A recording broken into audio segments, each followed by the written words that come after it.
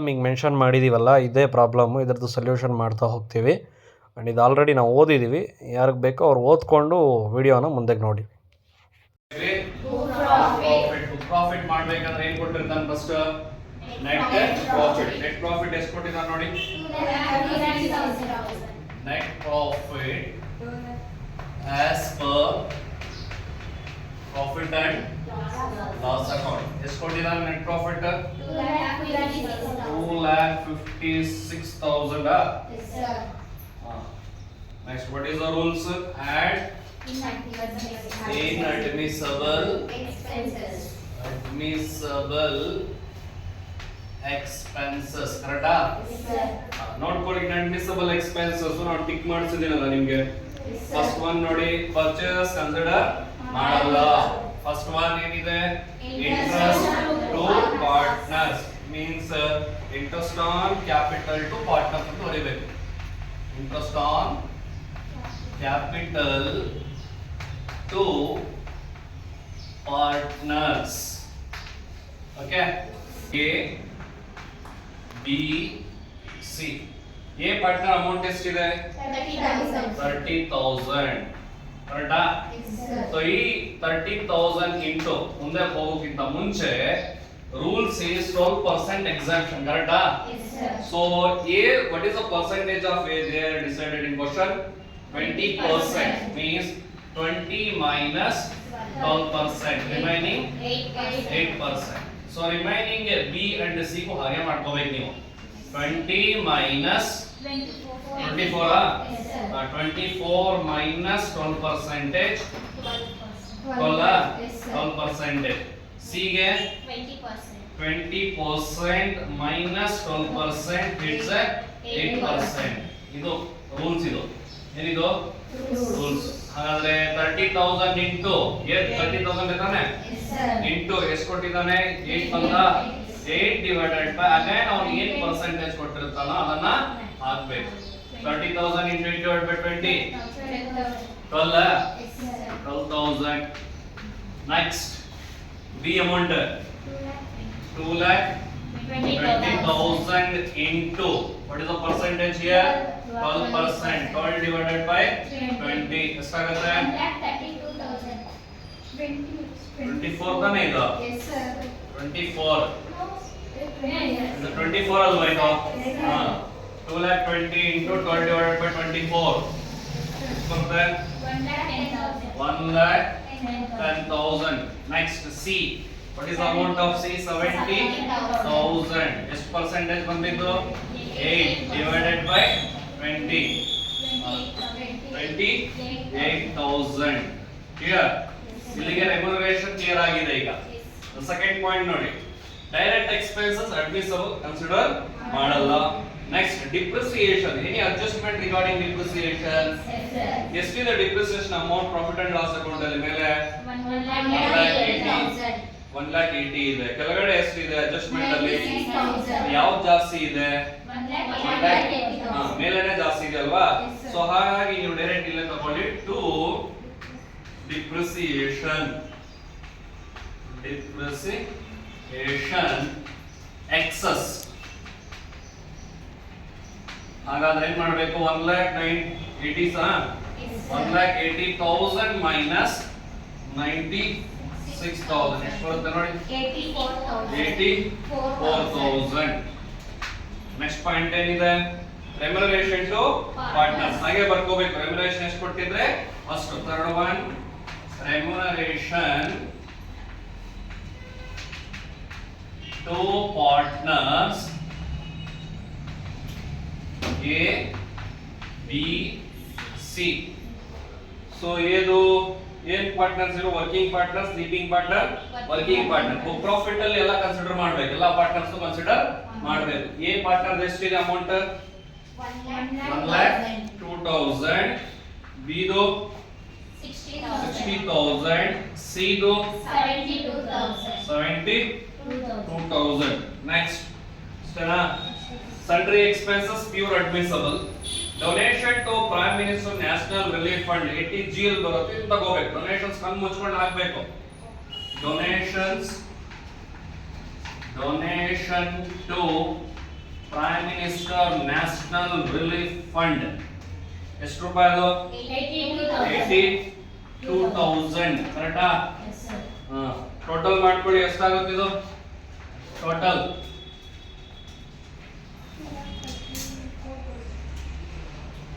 Full ಇದ್ರ total 5,50,000 ಬರ್ತಾ ಇದೆ ನೋಡಿ ಇನ್ನೊಂದ್ಸಲಿ 5,50,000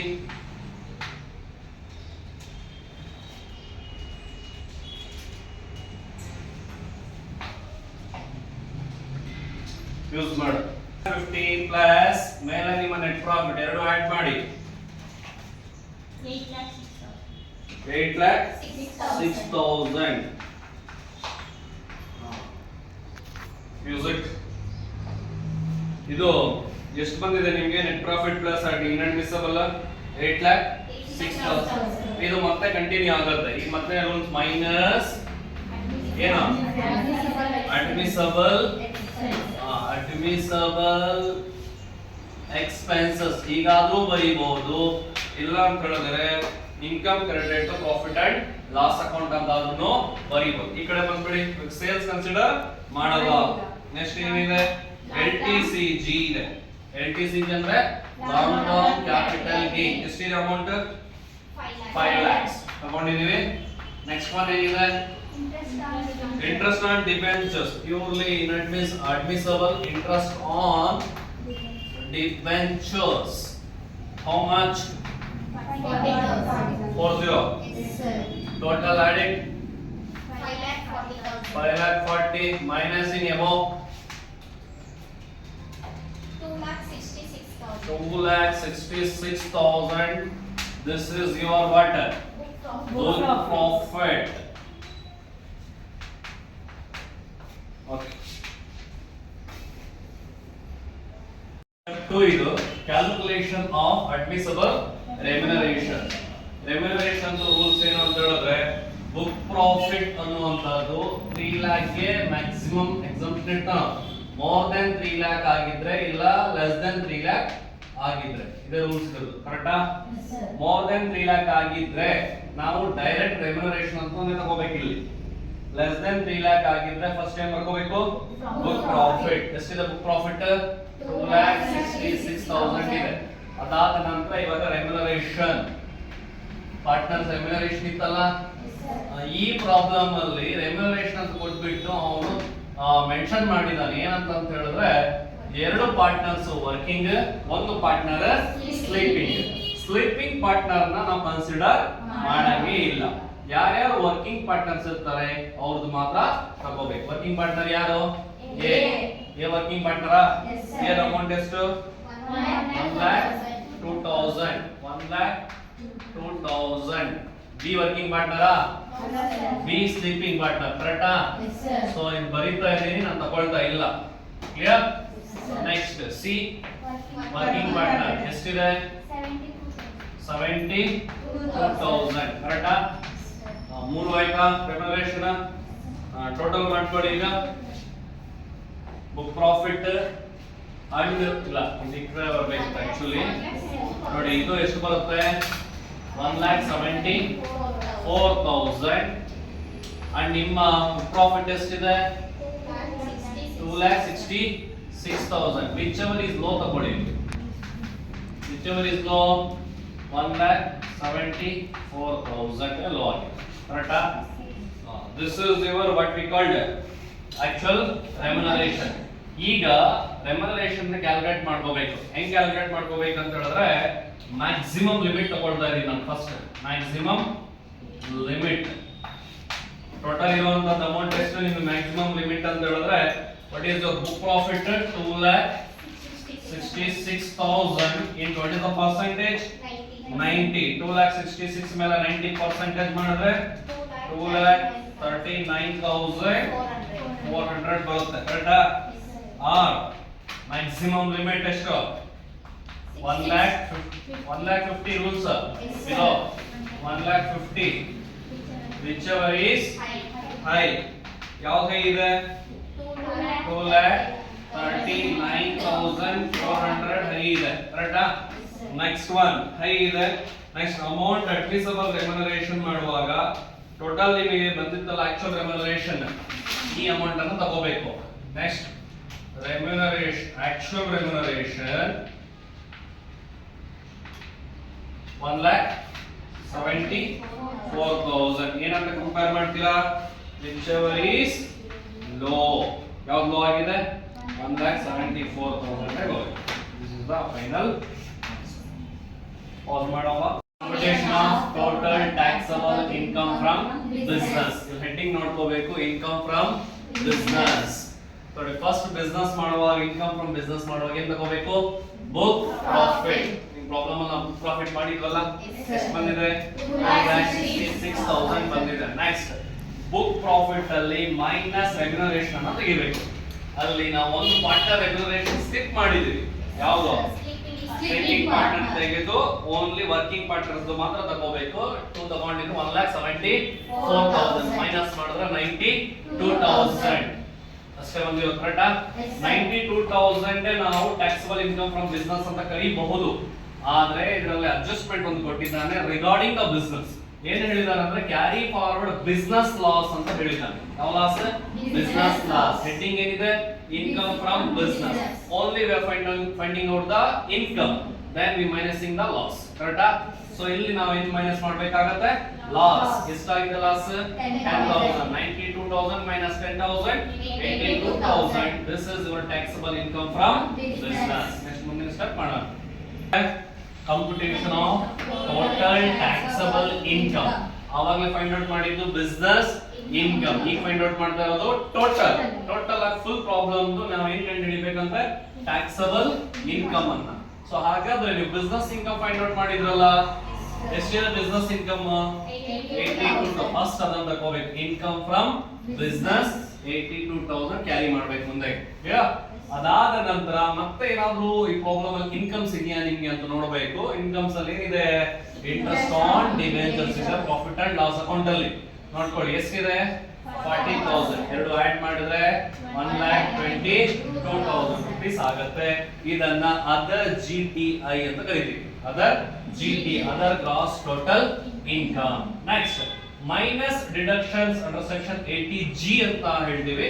80G ಸೆಕ್ಷನ್ಸ್ ಬಂದಾಗ ಇನ್ಕಮ್ ಟ್ಯಾಕ್ಸ್ ಆಕ್ಟ್ 1961 ಪ್ರಕಾರ 100% ಎಕ್ಸೆಂಪ್ಷನ್ಸ್ ಅನ್ನು ಕೊಡಬೇಕು. ಎಷ್ಟು ಪರ್ಸೆಂಟ್? 100%. ಇಲ್ಲಿ ಒಂದು ಪಾಯಿಂಟ್ ಇದೆ ನಿಮ್ಮ ಕ್ವಶನ್ ಅಲ್ಲಿ, donation to prime minister national relief fund. ಇದಕ್ಕೆ ಇನ್ಕಮ್ ಟ್ಯಾಕ್ಸ್ ಆಕ್ಟ್ 100% ಎಕ್ಸೆಂಪ್ಷನ್ ಕೊಡುತ್ತೆ. ಸೊ 100% ಅಂದ್ರೆ donation to prime minister national relief fund amount ಎಷ್ಟಿದೆಯೋ ಅಷ್ಟು ಕೂಡ ಎಕ್ಸಾಮ್ಷನ್ ಅನ್ನ ಕೊಡಬೇಕಾಗುತ್ತೆ. 100%. ಎಷ್ಟಿದೆ ಅಮೌಂಟ್ ಅದರಲ್ಲಿ? 82,000 ಇದೆ. ಅಷ್ಟನ್ನು ಲೆಸ್ ಮಾಡಬೇಕಾಗುತ್ತೆ. 1,22,000 ಅಲ್ಲಿ 82 ಮೈನಸ್ ಆದ್ರೆ ಎಷ್ಟು ಬರುತ್ತೆ? 40,000 ಬರುತ್ತೆ. ಇದನ್ನ ನಾವು ಅದರ್ ಇನ್ಕಮ್ ಟ್ಯಾಕ್ಸ್ ಅಂತ ಕರಿತೀವಿ. ಏನಂತ ಕರಿತೀವಿ? ಅದರ್ ಇನ್ಕಮ್ ಟ್ಯಾಕ್ಸ್ ಅಂತ ಕರಿತೀವಿ. ನೆಕ್ಸ್ಟ್ ಇದರ ಜೊತೆಗೆ ಇನ್ನ ಗೇನ್ಸ್ ಏನಾದ್ರೂ ಆಡ್ ಮಾಡಬೇಕಾಗುತ್ತೆ. ಏನಿದೆ ಸರ್ ಗೇನ್ಸ್ ಅಂದ್ರೆ ಲಾಂಗ್ ಟರ್ಮ್ ಕ್ಯಾಪಿಟಲ್ ಗೇನ್. ಎಷ್ಟಿದೆ long term capital gain? 5 lakhs ಇದೆ. ಆಕ್ಚುಲಿ 5 lakhs ನಾನು ಯಾಕೆ ಇದರ್ ಕಾಲಮ್ ಅಂತ ತಗೊಂಡಿದ್ದೀನಿ ಅಂತ ಹೇಳಿದ್ರೆ ರಿಗಾರ್ಡಿಂಗ್ LTCG ಒಂದು ಅಡ್ಜಸ್ಟ್ಮೆಂಟ್ ಇಸ್ ದ LTCG ಅಲ್ಲಿ 40,000 rupees ಲಾಸ್ ಆಗಿದೆ ಅಂತ. ಸೊ ಲಾಸ್ ತೆಗೆದುಬಿಟ್ಟು ರಿಮೈನಿಂಗ್ ಅಮೌಂಟ್ ಕೊಡಬೇಕು. ಸೊ LTCG ಒರಿಜಿನಲ್ ಅಮೌಂಟ್ ಎಷ್ಟು? 5 lakh. LTCG ಅಲ್ಲಿ ಲಾಸ್ ಎಷ್ಟಾಗಿದೆ? 40,000. 5 lakh ಅಲ್ಲಿ 40,000 ಹೋದ್ರೆ 4,60,000 ಆಗುತ್ತೆ. ಇದನ್ನ ಆಡ್ ಮಾಡಬೇಕು. ಏನು ಮಾಡಬೇಕು? ಆಡ್ ಮಾಡಬೇಕು. 40,000 plus 4,60,000 total 5 lakhs. This is called taxable income. Clear? Yes sir. Next ಮಾಡಬೇಕು tax liability. Tax liability ಅನ್ನೋದು ಏನಾಗಿರುತ್ತೆ? ಫೈನಲ್ ಸ್ಟೆಪ್ ಆಗಿರುತ್ತೆ. ಟೋಟಲ್ ಆಗಿ ಫಸ್ಟ್ ಏನು ತಗೋಬೇಕು ಸರ್ ಅಂತ ಹೇಳಿದ್ರೆ LTCG gains. LTCG original amount 4,60,000. Actually 5 lakh ಇತ್ತು, ಅದರಲ್ಲಿ 40,000 ಲಾಸ್ ಆಗಿದೆ. ಲಾಸ್ ರಿಮೂವ್ ಮಾಡಿದ್ರೆ 4,60,000. ರೂಲ್ ಎಷ್ಟಿದೆ ಎಕ್ಸಾಮ್ಷನ್? 20%. 4,60,000 ಅಲ್ಲಿ 20% ಮಾಡಿದ್ರೆ 92,000. ಕರೆಕ್ಟಾ? So next other income tax ಅಂತ ಒಂದು ಆನ್ಸರ್ ಬಂದಿದ್ದು ನೋಡಿದೀರಾ? Other income tax on other income tax ಅಂತ 40,000 ಇದೆ. ಇನ್ಕಮ್ ಟ್ಯಾಕ್ಸ್ ದ ಪರ್ಸೆಂಟೇಜ್ ಎಷ್ಟಿದೆ? 30%. ರೂಲ್ ಇದು 40,000 ಮೇಲೆ 30% ಮಾಡಿದ್ರೆ 12,000. ಎರಡು ಆಡ್ ಮಾಡಿದ್ರೆ 1,04,000. ಸೊ ಇದಕ್ಕೆ 4% ಎಜುಕೇಶನ್ ಅಂಡ್ ಹೆಲ್ತ್ ಸೆಸ್ ಅನ್ನ ತೆಗಿಬೇಕು. ಎಷ್ಟು ಪರ್ಸೆಂಟ್ ತೆಗಿಬೇಕು? 4%. ಹೆಲ್ತ್ ಅಂಡ್ ಎಜುಕೇಶನ್ ಸೆಸ್ 4% ತೆಗಿತಾ ಇದೀನಿ. ಟೋಟಲ್ 1,04,000 ಮೇಲೆ 4% ಮಾಡಿದ್ರೆ 4,160 rupees ಆಗುತ್ತೆ. ಸೊ ಇದನ್ನ ತೆಗೆದಿರೋದನ್ನ ಮತ್ತೆ ಇದಕ್ಕೆ ಆಡ್ ಮಾಡಬೇಕಾಗುತ್ತೆ. ಏನ್ ಮಾಡಬೇಕಾಗುತ್ತೆ? ಆಡ್. ನಾನು 4% ಮಾಡಿದೀನಿ. ಎಷ್ಟು ಬಂದಿದೆ? 4,160 ಬಂದಿದೆ. ಸೊ 1,04,000 ಗೆ 4,160 ಏನ್ ಮಾಡಬೇಕಾಗುತ್ತೆ? ಆಡ್ ಮಾಡಬೇಕು. ಆಡ್ ಮಾಡಿದ್ರೆ 1,08,160 rupees. This called total tax liability. Total ಆಗಿದ್ದು 10 ಮಾರ್ಕ್ಸ್ ಪ್ರಾಬ್ಲಮ್. ಎಷ್ಟು marks? 10 marks problem. Very important problem. Practice ಮಾಡ್ಕೊಳ್ಳಿ.